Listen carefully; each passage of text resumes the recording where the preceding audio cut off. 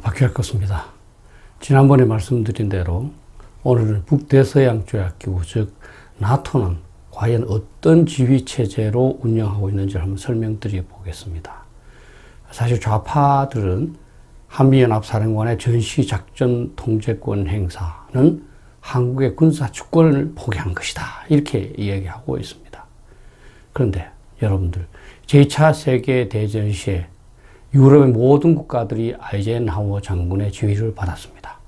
또 6.25 전쟁 때도 참전 16개국과 한국이 메가더 장군의 지휘를 받았습니다. 그럼 모두 군사주권을 포기한 겁니까?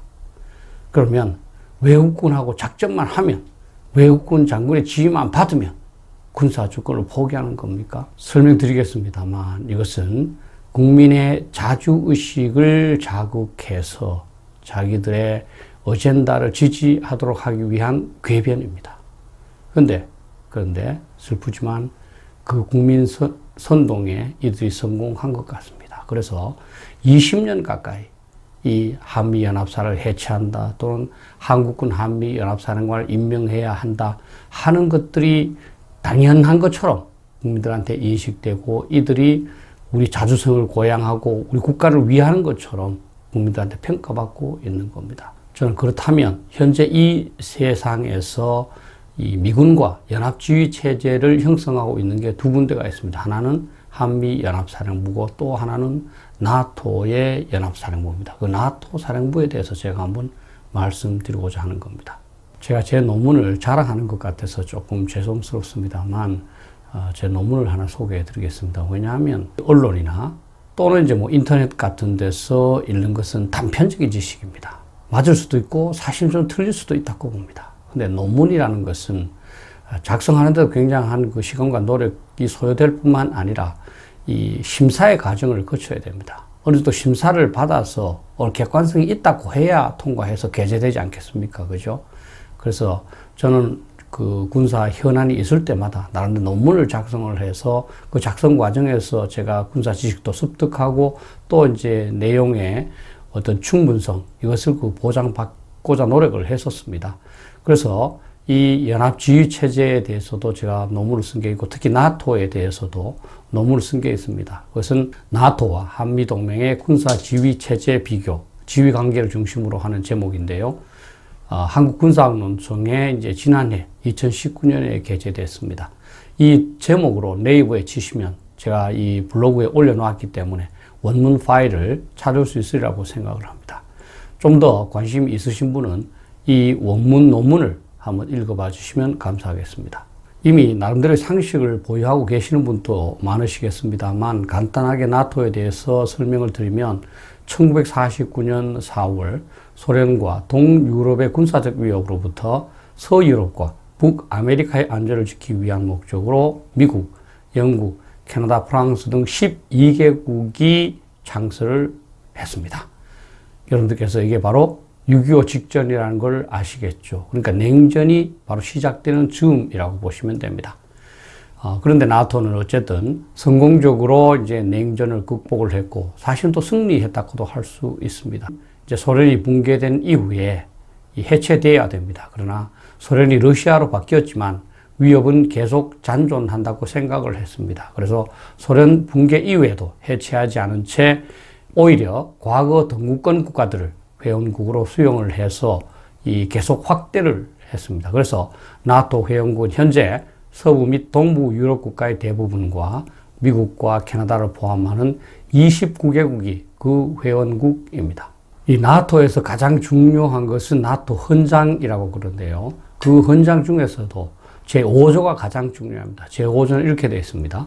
유럽이나 북미에 있는 어느 일국에 대한 무력 공격은 모든 회원국에 대한 공격으로 간주하고 집단적 또는 독자적으로 공격받는 국가를 지원하도록 되어 있습니다. 다시 말하면 내 친구에 대한 공격은 바로 나에 대한 공격으로 간주한다는 거죠. 오히려 사실은 한미동맹보다 훨씬 강하죠.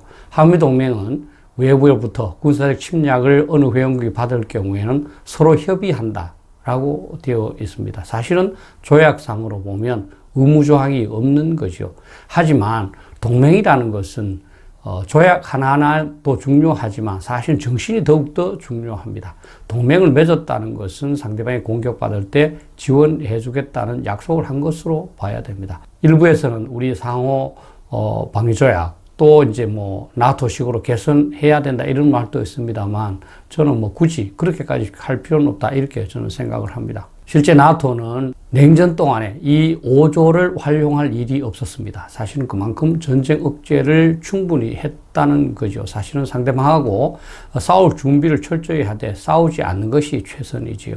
그런데 사실 냉전 끝나고 나서 나토 이 헌장 제5조를 활용을 했습니다. 그게 바로 2001년 9.11 테러입니다. 이 테러를 받은 후에 미국이 테러와의 전쟁, War on Terror를 주장을 했습니다. 그렇게 하니까 미국 회원국이 전쟁을 주장했지 않습니까? 그죠? 그래서 나토는 5조에 의한 의무에 의해서 이제 미국을 지원하게 됩니다. 그래서 직접 전장에는 지원하기가 어려우니까 미국 영공을 대신 지켜줍니다. 그러므로써 미국 영공을 지키는 항공기들이 전장에 더욱 투입되도록 했던 것이요. 그리고 이 아프가니스탄에 그들의 군대를 보냈습니다. 이 아프가니스탄에는 2003년도부터 시작해서 2014년까지 국제안보지원군이라는 이름으로 보냈는데요. 최고 13만 명에 이를 정도로 많은 규모의 병력을 파견을 했습니다. 다만 이 다국적군이 그렇습니다만 지휘 통일이 잘 안 돼서 상당한 그 애를 먹었고 나중에는 결국 미군이 이 임무를 수행을 해야만 했었습니다. 보여드리고 있는 것은 그 나토의 뭐 지휘 체제라고 할 수 있습니다. 이 나토 대표들이 모이는 게 가장 크고요. 군사적으로 보면 군사 대표들, military representative들이 가장 중요합니다. 이게 사실은 나토 회원국들의 국방장관 모임이다. 이렇게 보시면 됩니다. 그 밑에 이제 군사위원회가 있습니다. 이게 이제 이 합참의장급의 군인들의 대표들이죠. 그리고 그 밑에 여러분들 보시면 동맹작전사령부가 있는데 이게 이제 가장 큰 겁니다. 이게 우리 한미연합사에 해당되는 것으로서 나토가 이제 공격을 받을 경우에 이 동맹작전사령부가 중심이 돼서 회원국들의 모든 군대들을 일사불란하게 통제하게 됩니다. 그리고 그 옆에 조그만하게 동맹변력사령부가 있죠. 이것은 그 동맹국들이 평소에 이 준비를 해야 되지 않습니까? 그죠? 특히 이제 뭐 무기나 교리에서 서로 상충되는 점이 없어야 되지 않습니까? 그런 것을 통일하기 위한 것입니다. 그리고 이 동맹작전사령부의 사령관은 미군 대장입니다. 그리고 동맹변력사령부의 사령관은 유럽 장군들이 교대로 하고 있습니다. 그리고 참고로 이 우리 한미 연합사하고 조금 다른 점은 보시면 왼쪽에 핵계획 그룹이 있죠. 이것은 나토가 지금 미국과 핵무기를 공유하고 있습니다. 나토에 한 150발 내지 200발의 핵무기가 있습니다. 이것을 그 미국과 나토 회원국들이 공유해서 함께 계획도 세우고 또 유사시에 공격할 수 있는 훈련도 함께 하고 있습니다. 그래서 사실은 근본적으로 나토는 핵동맹이다. 이렇게 말하기도 합니다. 이에 비해서 제가 한미연합지휘체제를 한번 소개해 드리겠습니다. 한미지휘체제는 이제 나토는 다수 국가들의 동맹이지만 우리 한미 동맹은 2개 국가지 않습니까? 그죠? 매우 단순합니다. 왼쪽에 보시면 그 한국의 지휘체제가 있습니다. 한국 국가통수 및 군사지휘 대통령을 말합니다. 그 다음 국방장관, 합참의장, 그 다음에 각군 사령관으로 이어집니다. 그리고 오른쪽에 보시면 미군의 이제 그 국가 및 군사지휘체제가 있죠. 이거는 대통령, 국방장관, 합참의장, 뭐 마찬가지 태평양 사령관, 주한미군 사령관 이렇게 이어집니다. 이 사이에 양국을 그 통합하는 한미 연합사령부가 있는 거죠. 근데 이 한미 연합사령부 위에 뭐가 있습니까? 한미 군사위원회가 있습니다. 이게 바로 한미 양국의 합참의장이 있는 겁니다. 그리고 그 위에는 한미 안보협의회의가 있습니다. SCM이라고 해서 Security Consultative Meeting이라고 그럽니다. 며칠 전에 이제 이게 워싱턴에서 개최됐고 여기서 별로 좋은 결과가 나오지 않았습니다. 이게 이제 국방장관 간의 이제 모임입니다. 그럼 이 양 국방장관은 당연히 양국 대통령의 지휘를 받겠죠. 그래서 SCM의 이 전략 지침을 받아서 한미군사위원회가 활동을 하고 이 한미군사위원회가 전략 지침을 한미연합사령관한테 주면 한미연합사령관은 육군 구성군 사령부, 해군 구성군 사령부, 해병대 구성군 사령부, 뭐 특수정 구성군 사령부 이런 게 있습니다. 그거를 작전 통제에서 임무를 수행하는 겁니다. 그러니까 이 표시를 보시면 우리는 이 한미연합사령관에 대해서 50%의 지휘권을 갖고 있습니다. 미국도 50%를 갖고 있죠. 그래서 우리가 미국한테 주고 말고 할 게 없습니다. 왜냐하면 새로운 한미연합사령부를 구성을 했기 때문입니다. 다만 그 사령관을 이제 미군 대장이 하는 거죠. 그러면 그것이 만약에 군사주권에 이제 침해라고 한다면, 만약에 우리가 그 사령관을 하게 되면 우리가 미국의 주권을 우리가 침탈하는 겁니까? 그렇지 않습니다. 이거는 편의에 의해서 유사시에 군사력 운용을 위해서 어떤 한 사람이 최종 결정을 내려야 되기 때문에 구성을 한 것이지, 이것이 뭐 군사 주권이니 아니니 하는 것은 우리가 조금 미안한 말씀입니다만 열등감에 비롯된 겁니다. 우리가 사실 역사를 통해서 뭐 명나라, 청나라 또 뭐 일본 이런 게 굉장히 침탈을 받으면서 주권을 많이 상실을 했기 때문에 이러한 그 혹시 소지가 있는 데 대해서도 굉장히 민감하지 않나, 저는 이렇게 생각합니다. 보시는 것은 그 나토의 동맹작전사령부 예하에 있는 뭐 합동군 사령부 또는 구성군 사령부입니다.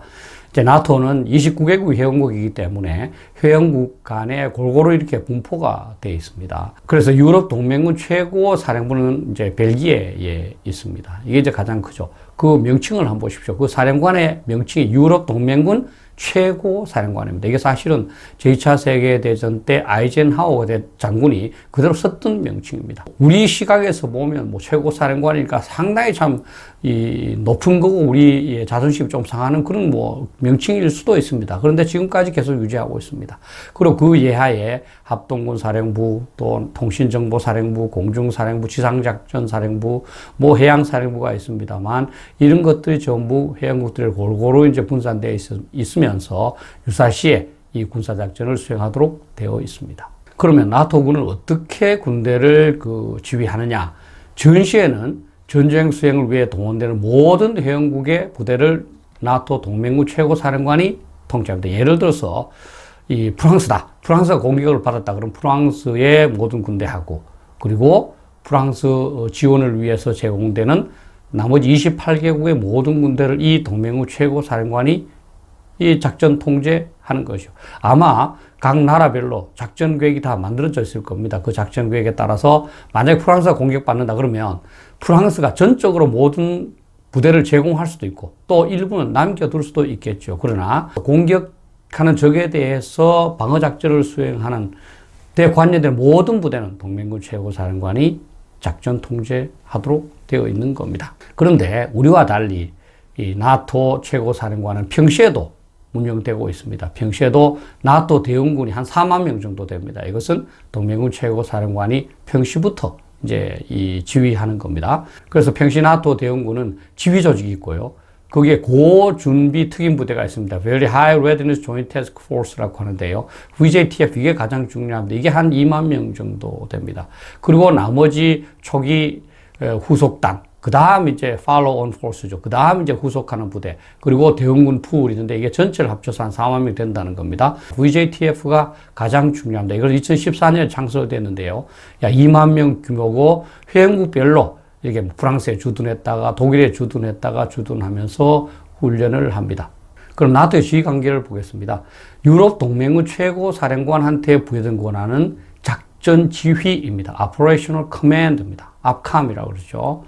이것은 사실 Operational Control하고 사실 크게 다르지는 않습니다만 자기 스스로가 임무를 창출할 수 있다는 겁니다. 지금 현재 한미연합사령관은 군사위원회에서 부여된 전략 지침에 따라서만 임무를 수행해야 됩니다. 하지만 이 나토 동맹군 최고사령관은 자기 스스로가 필요하다고 판단할 경우에 임무를 창출할 수 있다는 겁니다. 작전 통제, 현 한미연합사령관한테 부여된 권한보다는 크지요. 그런데 현실적으로 봤을 때 국적이 다른 국가에 대해서 작전 지휘를 실질적으로 행사할 수는 없습니다. 그 자체가 사실은 주권을 침해할 요소가 있기 때문입니다. 그래서 이 미군들도 실제로는 APCOM 마이너스다 또는 APCOM 플러스다. 그러니까 작전 지휘보다는 실제는 조금 모자라고 우리 한국 군이 이제 그 미군한테 허용한 작전 통제보다는 조금 더 강한 이 정도 권한으로 이제 그 이해하고 있습니다. 이 동맹군 최고 사령관 이하에 합동군 사령관이라든지 또 이제 뭐 지상사령관이 있다고 그랬지 않습니까? 그 사람들이 예하 부대에 대해서는 우리 한미연합사와 마찬가지로 작전 통제를 행사하도록 되어 있습니다. 근데 제가 여러분들 강조하고 싶은 것은 제가 이제 나토를 공부하면서 이제 나토 핸드북이라고 그래서 이제 뭐, 나토의 기본을 쉽게 설명하는 그런 책도 있고요. 나토 홈페이지도 매우 그 상세하게 이 기술되어 있습니다. 그런데 거기에 작전 통제가 별로 언급이 안 됩니다. 그 나토 핸드북에도 언급이 전혀 안 되고 있고요. 홈페이지도 찾을 수가 없었습니다. 왜냐하면 이 사람들은 이거를 주권 문제로 생각하지 않는다는 겁니다. 당연히 사령관이 있으면 그 예하 그 부대들을 유사시에 지휘해야 되는 거죠. 근데 그 지휘하는데 그렇다고 해서 군사 주권을 침해할 수가 없는 거죠. 그 부여된 임무 수행을 위해서 꼭 필요한 제한만 가도록 되어 있는 겁니다.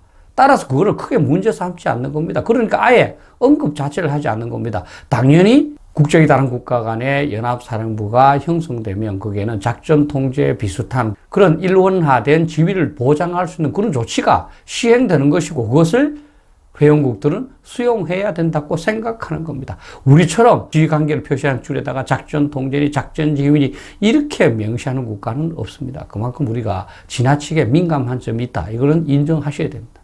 전체적으로 나토와 한미연합사령부를 비교한 결과를 말씀드리면 외형적으로는 나토 사령관이 작전 지휘를 행사하기 때문에 권한이 강력합니다. 그렇지만 회원국들의 주권을 침해하는 결정을 어떤 사령관이 주어진다 하더라도 내릴 수가 없다는 점에서 실제 권한은 뭐 저는 대동하다고 봅니다. 그런데 나토의 이제 동맹군 최고 사령관은 평시부터 활동을 합니다. 그러니까 평시에 나토 대원군을 운영을 하고 예를 들면 아프가니스탄에서 국제안보지원군이 활동했지 않습니까? 그렇게 되면 그거는 동맹군 최고사령관이 지휘하게 되는 겁니다. 그래서 현재 나토는 1994년 우리가 한미연합사령관으로부터 평시작전 통제권을 환수하기 이전과 동일하다 이렇게 보시면 됩니다. 그런데 나토는 한미연합사와 달리 동맹변혁사령부를 설치해서 운영하고 있습니다. 여기에는 그 미국이 아닌 다른 국가의 이제 대장을 임명하고 있습니다. 그런데 한미연합사는 한미연합사령관한테 연합권한 위임사항이라고 그래서 필수적인 전쟁 준비도 하도록 되어 있습니다. 다만 이 평시의 전쟁 준비는 결국 양국군이 다 할 수밖에 없는 겁니다. 그래서 실질적인 차이는 저는 크게 없다. 다만 이 나토 동맹군 최고사령관은 평시부터 더욱 적극적으로 부대를 운영한다. 이것이 조금 더 강한 권한이라고 볼 수 있습니다. 결론적으로 제가 말씀드리고 싶은 것은 작전 통제권은 군사작전 편의를 위한 조치이고 군사주권과는 무관합니다. 유럽에는 이것이 있느니 이것이 어떤 형태니를 별로 따지지 않습니다. 그만큼 서로가 신뢰하고 있는 거죠. 군사주권이 침해받을 수는 없으니까요. 그걸 누가 허용하겠습니까? 나토는 미군을 최대한 활용해야 되겠다는 이런 의식이 있습니다. 그래서 미군 대장을 동맹군 최고사령관이라는 무시무시한 직책을 줘서 유지하고 있는 겁니다. 사실 자존심으로 따지면 유럽 국가들이 우리보다 더 크지 않겠습니까? 그죠? 그리고 사실은 미군을 평시부터 적극적으로 활용하고 있는 겁니다. 사실 굉장히 이기적인 거지요. 그래서 사실은 나토 국가들은 러시아의 위협에 직면하고 있으면서도 이 GDP의 2%도 되지 않는 국방비를 사용하고 있습니다. 그래서 사실 트럼프 대통령이 계속적으로 최소한 2%의 국방비는 내야 되지 않겠느냐 해서 계속 요구하고 압박하고 있는 겁니다. 사실 이 유럽 국가들이 번영을 누리고 있는 것은 미군 대장을 활용을 해서 이 방위의 책임을 적게 분담함으로 인해서 절약된 재원으로 경제 발전을 이룩한 그 공로가 크다 이렇게 봐야 됩니다. 다만 이제 나토는 동맹 변혁사령부를 통해서 전쟁 준비를 비미국 대장이 하지 않습니까? 그죠? 이 비미국 대장이 이론화된 군사작전을 할 수 있도록 교류도 통일시키고, 뭐, 그 상호 운용성이라고 그럽니다. 무기의 어떤 그 특성도 조금 일치되게 하고 그런 노력을 하고 있습니다. 그래서 이 부분은, 우리보다는 조금 더 이제 낫다고 할 수 있는 거죠. 그럼 우리도 사실은 이런 부분을 요구할 수 있습니다. 그러면 한미연합군의 일관성 있는 전쟁 준비를 보장하기 위해서 어떤 사령부를 새로 만들자. 뭐 전쟁 준비 사령부를 만들고 그거는 우리 한국군이 하겠다. 이렇게 할 수는 있는 거죠. 오로지 열등감을 회복하기 위해서 뭐 자주성 침해니 뭐 이렇게 해서 그걸 뺏어오고 한미연합사도 해체하고 미군 대장을 책임을 면제시켜 주면서 부사령관으로 격화시키겠다. 이렇게 하니까 우리 같은 사람이 말이 안 되는 소리다. 이렇게 반대하는 겁니다. 결국 이 모든 문제는 미군을 활용할 것이냐 안 활용할 것이냐의 문제입니다. 우리가 사실 미군의 안보 지원이 필요가 없다면 미군 주둔도 필요가 없는 거죠. 가라 그러면 끝납니다. 안 갈 수가 없는 거지 않습니까? 주권국가가 싫다는데요. 필리핀의 사례에서 입증됐지 않습니까? 미군은 우리가 나가라고 그러면 나갈 수밖에 없습니다. 근데 우리가 지금 북한의 핵 위협에 이렇게 심각하게 이 위협받고 있는데 미군 없이 우리 안보를 보장할 수 있습니까? 그래서 우리는 미군을 활용해야 됩니다. 그렇다면 지혜롭게 활용해야 된다는 거죠. 따라서 위협이 심각하면 당연히 미군 대장을 임명을 해서 미군한테 한반도 전쟁 억제와 유사시 이 승리를 위한 책임을 부여해야 되는 겁니다. 그렇게 함으로써 미군이 적극적으로 관여하도록 하고 그렇게 되면 당연히 북한도 미군이 겁이 나서 우리를 침략할 수 없는 거죠. 그게 사실은 지금까지 한국 전쟁 이후에 70년 동안 우리가 이 한 손에 총을 들고 한 손에는 삽을 들고 건설해온 그 비결입니다. 그거를 지금 아무런 대안 없이 이 오로지 자존심, 자주성이라는 감정적인 사치로 무너뜨리겠다니까 저희 같은 그 군사 전문가들이 너무너무 답답해 하는 겁니다. 생업에 종사하시느라고 바쁘시겠지만 제발 이 문제에 대해서 정확한 인식을 갖고 주변에 진짜 차근차근하게 이걸 설명을 해서 우리 국민 모두가 건전한 상식을 갖고 정부에게 휘둘리지 않고 오히려 정부를 주도할 수 있도록 해주시면 감사하겠습니다. 감사합니다.